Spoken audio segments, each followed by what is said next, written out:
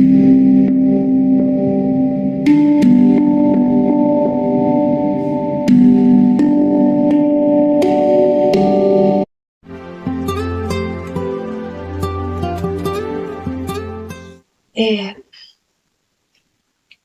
aí? Vamos contar uma história? Vamos? A minha história. E toda vez que eu penso na minha história do ventre 64 até hoje, 2026, essa travessia, quando eu olho para trás e vejo todo esse movimento, tudo que aconteceu, eu vejo a presença de Deus na minha vida. A gente sente a presença de Deus desde criança. Desde criança. E eu sei quanto eu fui protegida, o quanto Deus esteve ao meu lado. Isso é maravilhoso, porque eu olho e aí eu percebo que o inimigo, seja ele oculto ou seja ele explícito, ele existe e ele está ali para te derrubar. Independente se você é uma criança, adolescente, adulto, mas ele está ali à espreita. Na menor oportunidade que ele tiver, ele vai agir. Mas Deus não deixa os seus em vão. Deus está sempre ali, presente. E você tem que sentir, você tem que crer, você tem que aceitar Ele, a proteção dEle. E eu sempre estive com o coração aberto para que Deus estivesse sempre comigo. E eu sentia. Então, assim, desde criança eu tenho o hábito de conversar com Deus no silêncio do meu quarto. E eu coloco todas as coisas, os medos, medo principalmente. Eu fui uma criança muito medrosa. Então eu sempre coloquei isso para Deus e sempre tive a coragem de buscar em Deus essa segurança e a certeza de que Ele estava cuidando de mim. Então, eu preciso relatar aqui o quanto Deus foi presente em minha vida. E assim, eu queria retribuir esse amor, essa fé que eu tenho em Deus, de alguma forma. E aí, quando eu tinha 7 anos, eu entrei para o catecismo. Naquela época a gente entrava para o catecismo com 7 anos. Aí fazia 7, 8, 9, 10 anos, já era a primeira comunhão. A gente tinha que fazer a primeira comunhão. E assim eu fiz esse trajeto. Então, assim, comecei a ler a Bíblia muito cedo, porque eu sempre gostei da palavra de Deus. Eu queria me aproximar de Deus de alguma forma. Já que Deus tomava conta de mim, de alguma forma eu queria me aproximar de Deus. E aí, eu fiz a primeira comunhão e como eu gostava do Novo Testamento, é o meu predileto, até hoje é.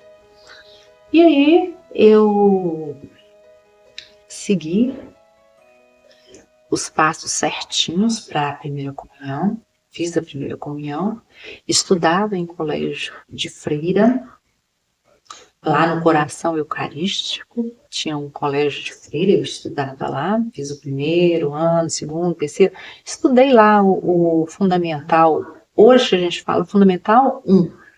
Na época foi do primeiro ano, se eu não me engano, até o 6ª, 7ª série, eu acho que foi até a 7ª série, no colégio de freiras.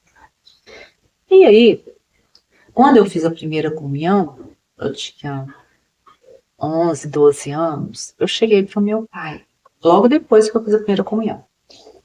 Cheguei para o meu pai e falei com ele que eu queria ser freira. Eu queria ser freira. Eu tinha uma amizade com uma irmã chamada Irmã Márcia. E eu achava ela uma gracinha, uma pessoa assim, tão iluminada, que eu queria muito ser como ela, eu queria ser freira. E aí, eu lembro que eu conversei com ela primeiro. Falei com ela, eu quero ser freira. O que eu faço para me ser freira? E ela virou para mim, o primeiro passo, conversa com seu pai. Você deve obediência a pai e mãe. Conversa com seu pai. E aí, se ele concordar, você terá os caminhos, os passos para poder seguir. Eu tinha 12 anos, logo depois que eu fiz a primeira comunhão. Eu cheguei para meu pai, né, toda alegrinha, porque eu achei que isso era uma coisa boa, na minha visão, era uma coisa boa, querer ser freira. Cheguei para ele e falei, pai, eu quero ser freira. Toda alegrinha. E aí, não foi coisa boa. Não deu bom, não. Ele achou ruim demais e usou um termo tão pejorativo. Eu vou dizer aqui com as palavras dele, mas eu nunca concordei, nunca compartilhei dessa ideia. Ele disse para mim que freiras eram mulheres recalcadas que não conseguiam marido para casar. Pesado, né? Também achei. Eu fiquei muito triste, muito, muito triste. E na época, eu tinha uma tia, irmã do meu pai. Ela era mais velha do que meu pai. Eu cheguei a falar com ela. Por coincidência, ela tinha o mesmo nome que eu, Marta. Meu nome é Maria Marta e o dela era Marta Maria. Meu pai colocou meu nome em homenagem a ela. E aí, eu cheguei para ela e falei, ô tia, eu queria tanto ser freira, mas meu pai não quer deixar. E aí ela, com todo carinho, ela era muito carinhosa, muito educada, com o jeitinho dela, falou assim, minha filha, tem outras coisas para você vivenciar, a família. Então, assim, obedece seu pai, vai ser melhor. E conversou comigo de uma forma muito carinhosa, e eu entendi e resolvi aceitar. De forma muito triste, mas aceitei. Aí eu conversei com essa irmã, expliquei para ela e falei que eu queria muito, mas meu pai não queria. E ela me disse, você deve obediência aos seus pais. Então, assim, o início da minha espiritualidade foi marcada por um momento muito forte com a Igreja Católica. Eu queria muito ser freira, mas meu pai não deixou. E aí foi esfriando essa questão da minha espiritualidade com a Igreja Católica. Depois eu passei para a Igreja Evangélica, e aí ele é bem fervorosa, isso foi na adolescência.